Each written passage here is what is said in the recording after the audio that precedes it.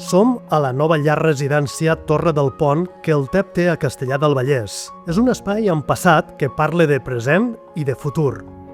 Soc en Josep Maria Soro, soc periodista de TV3 i voluntari del TEP. Formo part del projecte TEP Vist, però avui soc aquí per una altra raó. El TEP ha fet 60 anys. 60 anys d'històries i vivències que avui vull recordar per saber d'on venim, qui som i cap a on anem. Per rescatar aquests records m'acompanyen en Carles, que fa 36 anys que treballa al TEP i n'és una part essencial, l'Alexandrina, exdirectora del TEP que ha acompanyat el projecte al llarg d'aquests anys, i l'Emília, mare i part d'aquell impuls familiar de l'origen de tot.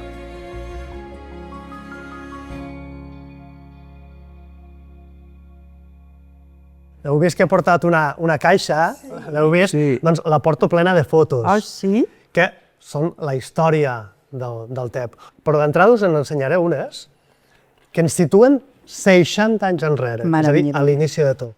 Això és la Barceloneta. Fixeu-vos que posa una pancarta que la van penjar en una finestra que posava «Estem tips de dependre del pressupost familiar. Volem justícia social». La primera reivindicació i l'arrencada, Alexandrina. Justícia social. Això és el que necessitaven les 7 famílies que van iniciar el TEP, que tenien uns fills que sortien d'escola i aquí acabava qualsevol possible activitat. I les que volíem que els nostres fills tinguessin un futur una mica millor. Capitanejades per al matrimoni Martínez de Foll Llorenç, és quan arrenca el TEP, de debò. Què s'hi feia al principi? Recordo que hi havia el voluntariat de 3 jubilats que havien treballat a la fàbrica Pegaso i aleshores amb els seus contactes vam aconseguir fer muntatges de peces petites d'electricitat i ells eren les persones, per dir-ho d'alguna forma, que controlaven, que ajudaven els nois a fer el procés de treball. Van tindre una alegria i ells només volien anar a treballar perquè se sentien útils, ells i nosaltres, de veure'ls feliços. Perquè primer te sents important, vull dir, te sents realitzat davant d'una feina. Quan et van fer el primer contracte, què vas pensar? Bueno, pues que és la il·lusió de la teva vida, no? De que al 90 em van fer fixo i va ser la bomba. Recupero més fotos perquè agafo la caixa una altra vegada, perquè és que n'hi ha moltes, us ho he dit abans. Mireu, el TEP, després d'aquesta arrencada que comentàveu ara mateix, comença a créixer molt, a tenir noves instal·lacions, també. No sé si recordeu aquestes fotos. Això és el TEP Verdum. Era d'un patronat i va haver una sessió per dedicar-nos a aquestes activitats.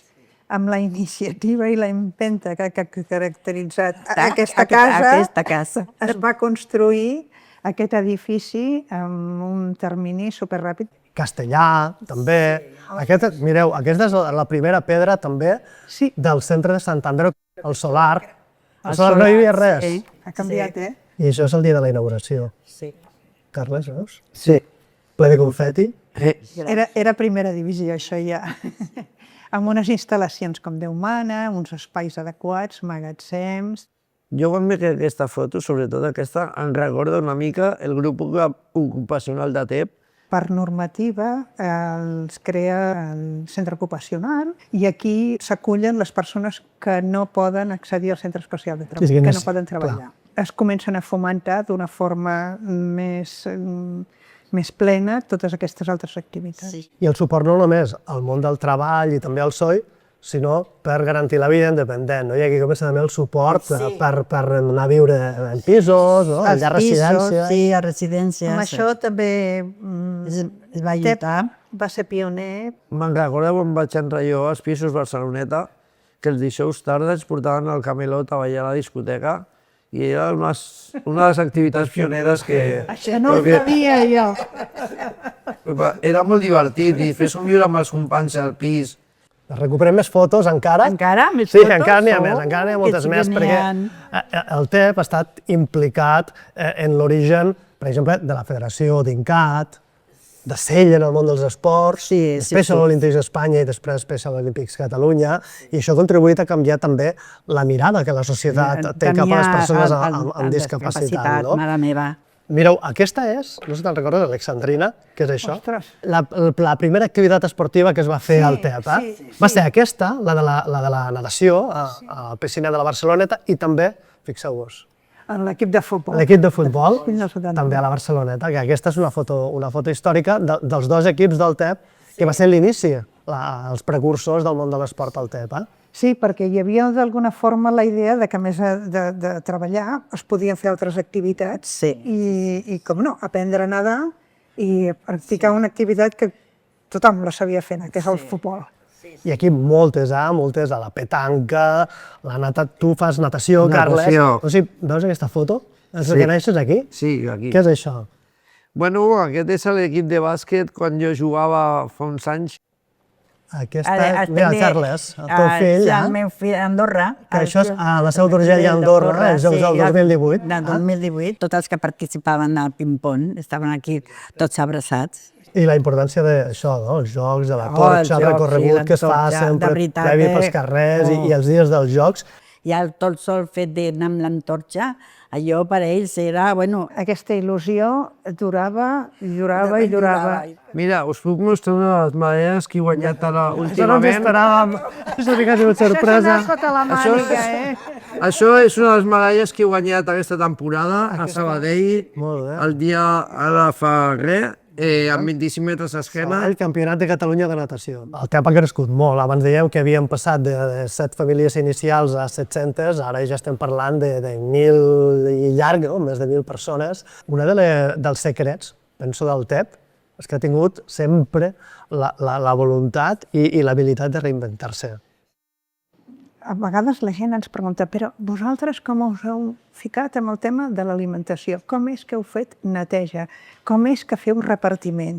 Com és Els bolets. Els bolets, amb aquesta varietat i aquesta dispersió? I a vegades la resposta és que és molt simple, no? És que nosaltres hem mirat a fora o ens han vingut i d'alguna forma, ens hem adaptat al que el mercat necessitava, al que les persones necessitaven i al que ens oferien. Jo diria que la força, és la meva opinió, que la primera pedra, la base, és la Josi, la família, La família pròpiament tota. dita. El gran transformador, impulsor, és en Francesc Josep Martínez de Foix, que mira molt més enllà. Era un i que visionari. Sí, era un Era un visionari. visionari. És un visionari. És impossible dir-li que no. És que costava molt dir-li que no, eh? Li és costava que, molt. a part de jefe, era un amic. Un company, que deia ella, company. Sí, Company. arribaves al matí al taller nou i començava, bon dia, companys, no sé què, donava la xispa aquelles ganes de treballar, aquella empenta que transmetia. Però jo crec que en Francesc, Josi, tots aquests iniciadors han aconseguit, tu ho has dit, no podíem dir que no, tot un equip al darrere, i deixa'm recordar la frase, seguim companys. Sí. Sí, sí. Sí, la veritat és que sí.